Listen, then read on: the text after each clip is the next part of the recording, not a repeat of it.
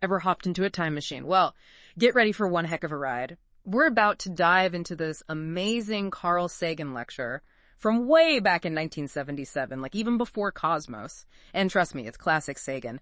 He dives into the spark of life itself, how our brains became these like incredible information hubs, and that big question, are we alone out here? And knowing your thing for human evolution, buckle up. This is going to be a wild one. Oh, for sure. We are talking about a rare treat here. It really is. This recording, it was made for the Leakey Foundation. Yeah. Folks who redefined everything we thought we knew about where humans came from. Exactly. So it's Sagan at his best, just riffing on these ideas that, well, they kind of made him a legend. They did. So to get us in the mood for just how mind-blowingly min-w we are to the universe, Sagan uses this idea, the cosmic calendar. Yeah. Have you ever actually tried to imagine the entire history of the universe crammed into 1 year? It's a mind bender, right? Seriously.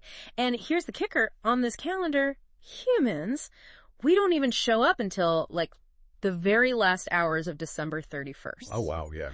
We are talking basically New Year's Eve arrivals, and even our early primate ancestors are just getting the party started right before midnight. And that brings us to the heart of what we're digging into today. Given how incredibly recently on that timescale we just talked about, that intelligence seems to have popped up. Was it, meant to be? Or was it just this total fluke? Did everything in the universe have to happen exactly the way it did just to get us here? It's a big one. Yeah. And Sagan, he tackles this head on. And it all starts with this really surprising fact. The ingredients for life. They're everywhere. Okay, so picture this. We've got the most complex thing you can possibly imagine, right? Something with a gazillion moving parts, more than you could ever wrap your head around. Okay, got it. Now imagine someone comes along and says, you know what, that crazy complex thing, it's actually built from totally normal, everyday stuff. Uh-huh. That's kind of what Sagan does here with life. He's talking about how those basic elements, the stuff that makes up, well, you and me, it's scatter all over the universe. Yeah, and he ties this into those wild early Earth experiments. Yeah. The ones where they basically recreate the conditions of a young planet in a lab, hit it with some serious juice, and bam. Amino acids. The very building blocks of life as we know it. It's mind-blowing. And those experiments, they made scientists wonder, did that spark happen just once, creating this one big family tree of life on Earth? Right. Or could those ingredients have gotten together in totally different ways at different times?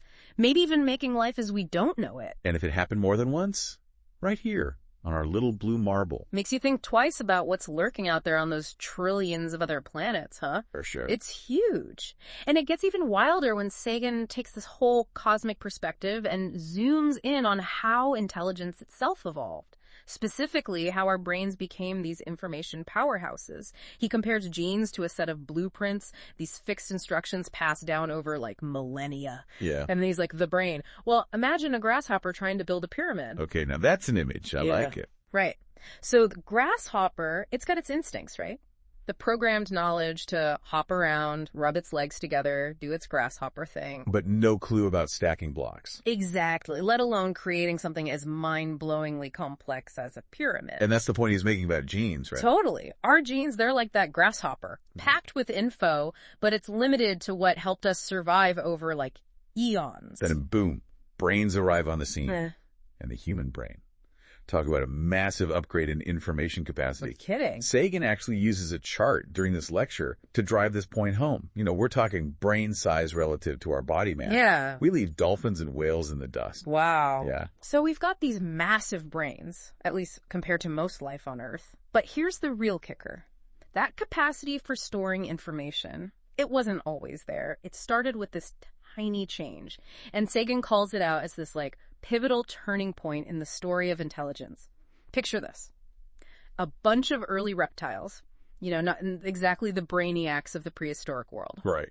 But then something wild happens. They evolve brains that can hold just a smidgen, just a tad more information than their genes. Yeah. And that tiny change, it's like the whole game of evolution just leveled up. It really is, because while those genes, they take their sweet time changing. Yeah, over generations. That's right. Brains, they can adapt within a lifetime. Wow. So suddenly these reptiles, they're figuring things out reacting to a changing world way faster than ever before. So they're learning and they're... Exactly. It's like they stumbled onto this incredible feedback loop, right? The more those brains could handle, the more useful a bigger brain became. And over time... Explosion of brain size. Yeah. Complexity goes through the roof. It's incredible. And then Sagan takes it even further. He introduces this idea of a third information system. Oh, yeah. We've got genes, we've got brains. Right. And then we, humans... We went and broke the mold. We did! Yeah. I mean, you know how much I love learning new stuff. Always got my nose in a book or glued to some documentary. It's true. And Sagan was talking about this, like, way back then. He recognized that we humans, we don't just keep information locked up in our skulls, right? We store it externally. Yeah. He called it extrasomatic knowledge. And it's like everything from those ancient cave paintings, clay tablets, all the way to the internet and beyond. Yeah. The ultimate shared drive. Huge. It's the accumulated knowledge of all of humanity constantly evolving. And it's that extrasomatic knowledge, always growing, always changing, that really sets us apart. It's mind-blowing. So here we are with these superpowered brains tapping into this endless ocean of information. On a planet, in a galaxy, with more stars and planets. It boggles the mind. And it brings us right back to that big question we started with, are we alone? Right. What do you think? Based on all this, after listening to Sagan... I mean, Sagan laid it out pretty clearly, right? Yeah.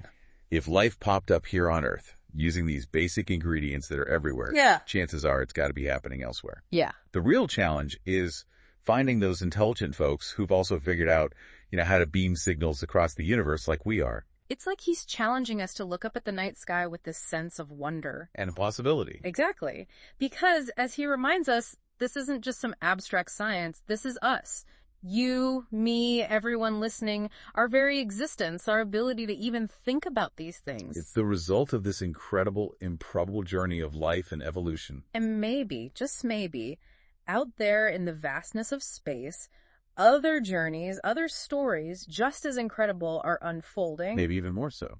Sagan believed that our intelligence evolved the way it did because of the changes that happen here on our little blue planet. It shaped us. But what if other planets, with their own unique stories, their own twists and turns, forced even stranger, more wondrous adaptations? It makes you wonder. It does.